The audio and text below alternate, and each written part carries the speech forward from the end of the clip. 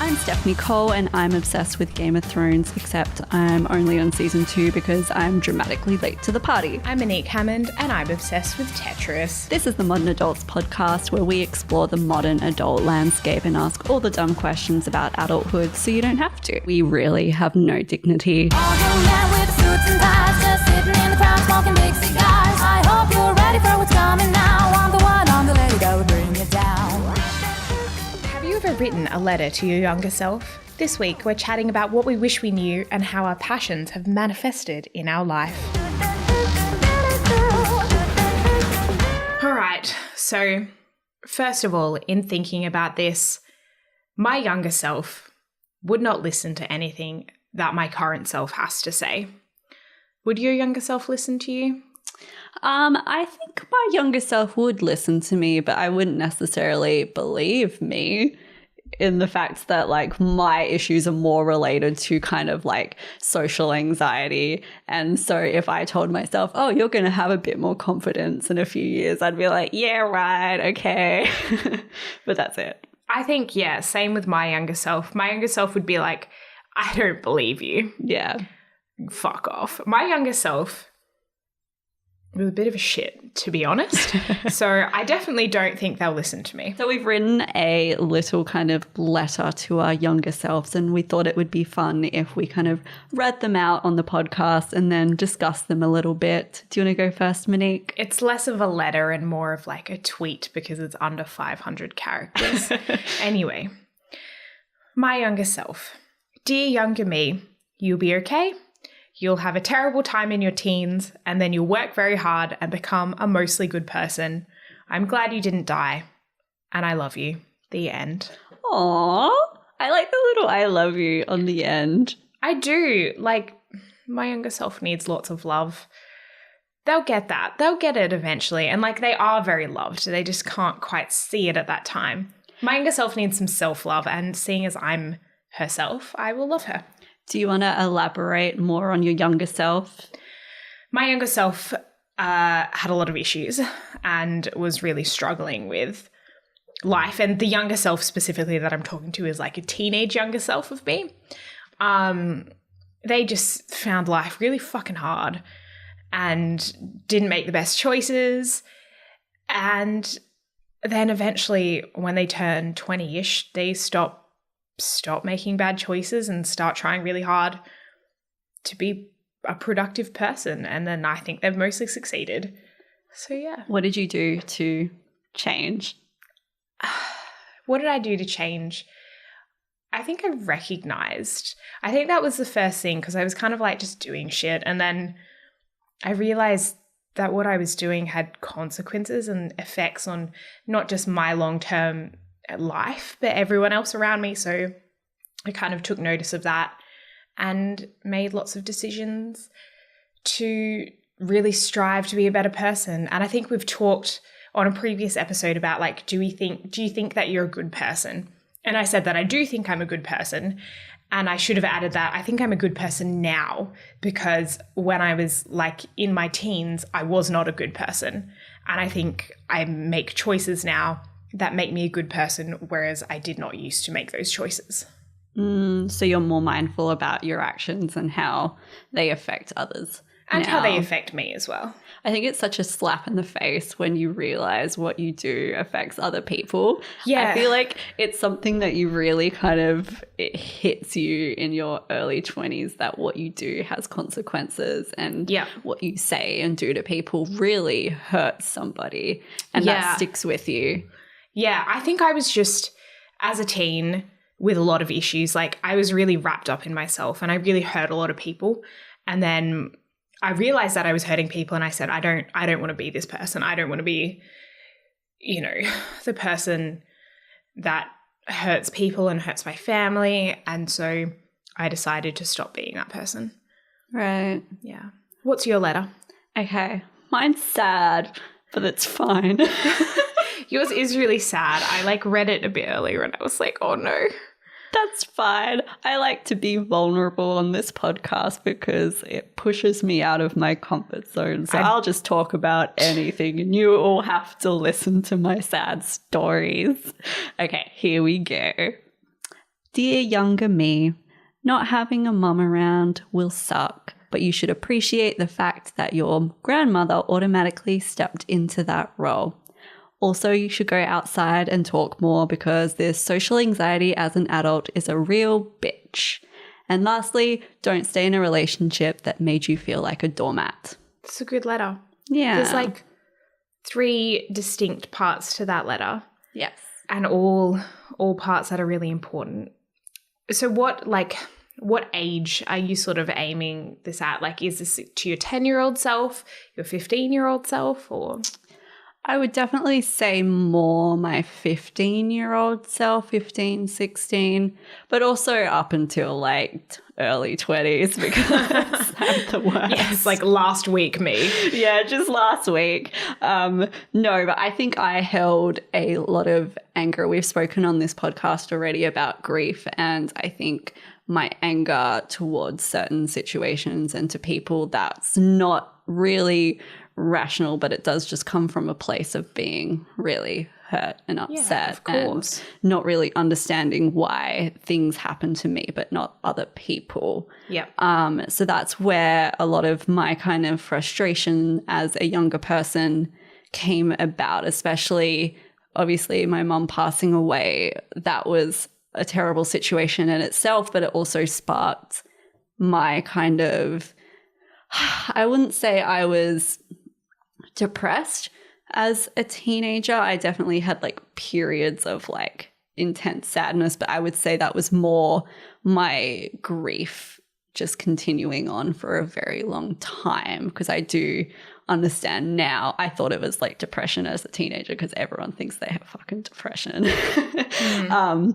That I didn't actually have that. What I had was just intense grief and really bad social anxiety that was a result of me being sad and locking myself away for a long period of time, which has now kind of caught up to me as an adult because I realize I don't have very good communication skills whatsoever. It gives me really bad anxiety to talk to anybody about anything, whether it's like my feelings or not. It's just like saying, hey, how are you this morning? It just gives me intense anxiety and I have no idea why it does, but it's something that does, and I've been actively working on to make better. I went into therapy when I was like, I want to say 18, 19, and that was the first step since I was like 11 trying to process that. Yeah, because I didn't go into therapy for like, so my mum passed away when I was 11, so I didn't go into therapy until I was 18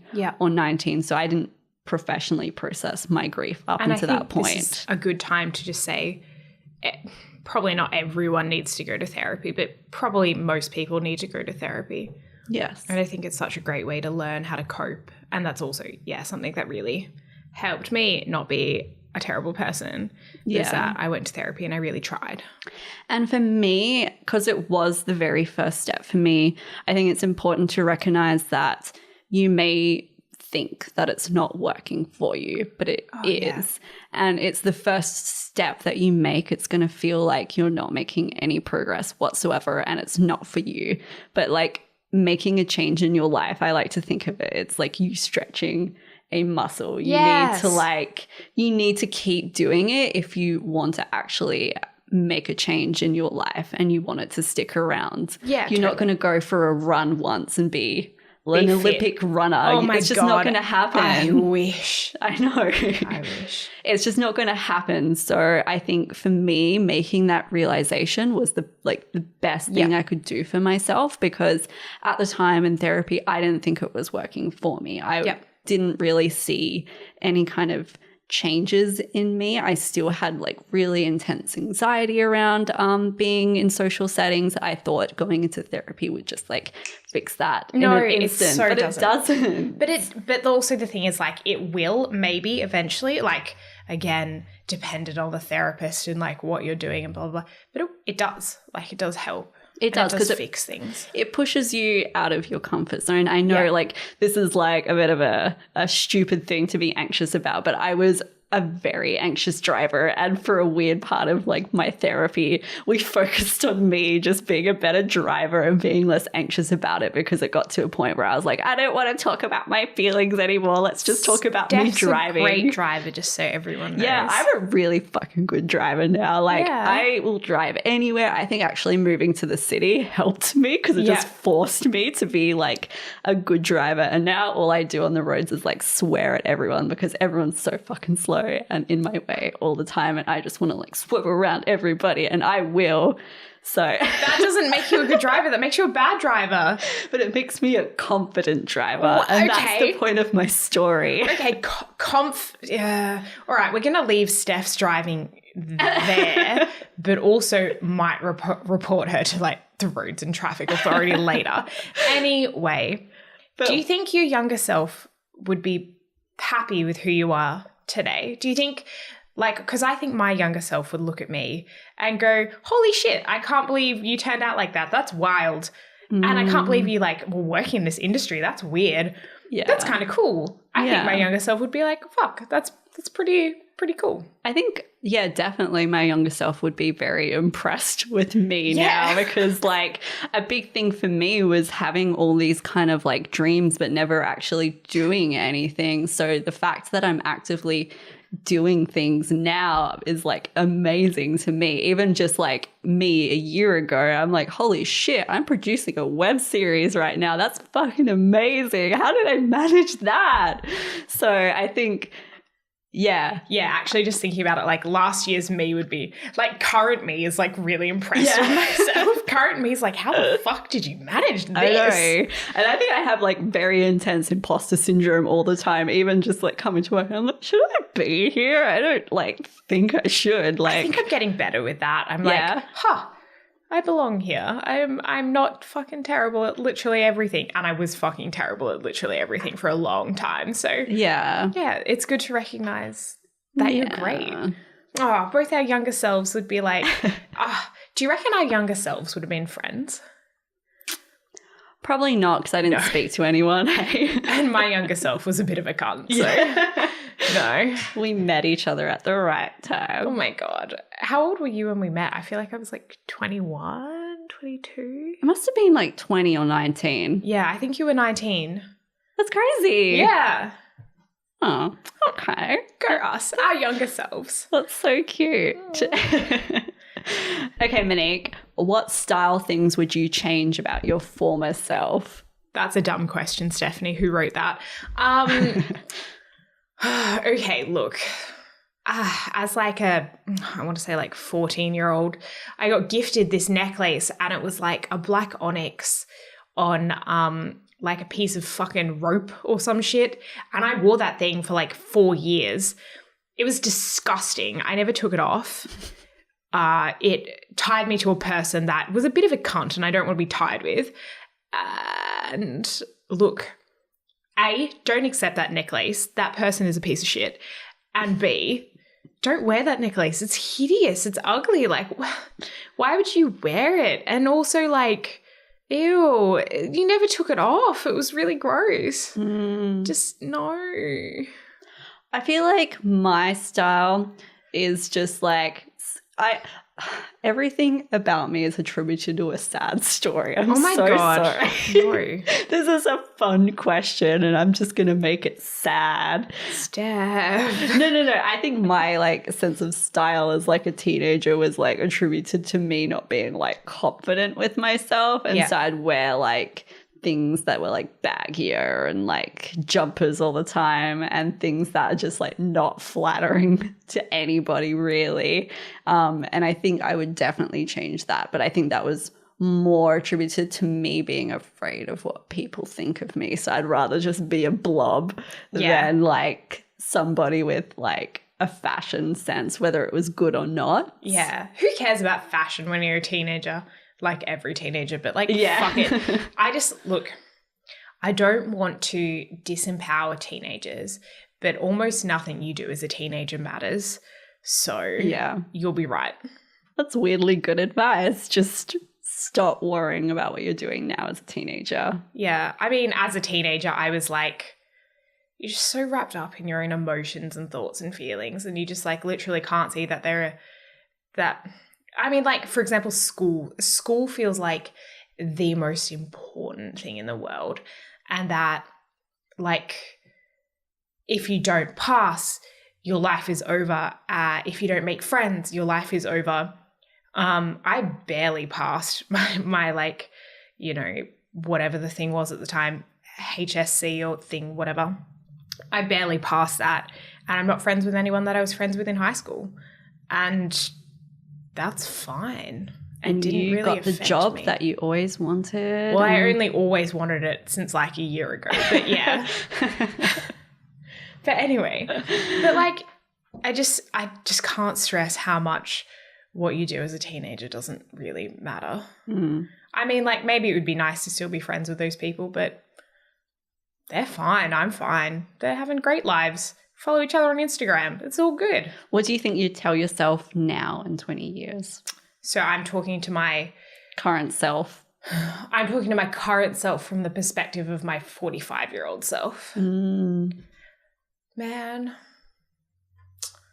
I don't know. I feel like my future self is going to be like, you should still go to therapy. You're not quite finished with that.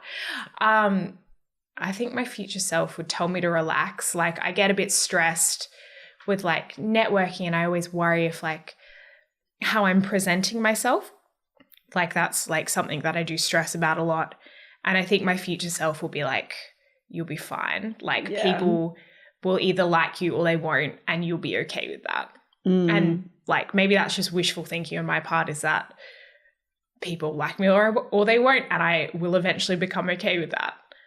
So I hope my future self tells me that I do become okay with that. It's a hard thing to come to terms with, though. Yeah. It's something I struggle with majorly. I hope my 45-year-old self has come to terms with it. And I hope they're not like going to me being like, you're nearly at terms with it, but you're not quite yet. I'll be like, fuck, I've got like 20 more years of this bullshit. Like, piss off. We could just get it together, future me. We could just keep doing the podcast until we're 45 and then have the same conversation. My God, no one is going to listen to this. Or we'd be like the most popular podcast in the world. We wouldn't be modern though, because we wouldn't be modern at 45, would we? I don't know. What makes a modern adult? Find out next week. I don't want to work that out. Yeah. Yeah. What would your 43-year-old self say to you? Oh. Firstly, at 43, I think my son Harry, my dog, will have passed by then. Yes. And I think I would tell myself to take as many photos of him as you can now, because he's the most perfect dog in the entire world. He's pretty fucking cute, I'll be honest. I live for you on Kate's Instagram at the moment. I should link up his Instagram account. It's Harry Porter's, Pawters. It's like Harry Potter, but Harry Potter. Everyone gets it. No one likes it. But other than Harry, I think I would tell myself to just like calm the fuck down as well, because I do way too much, because I'm always paranoid that I'm not doing enough. And I think I have a bit of like, this is why I struggle to think I'm a good person, but I always need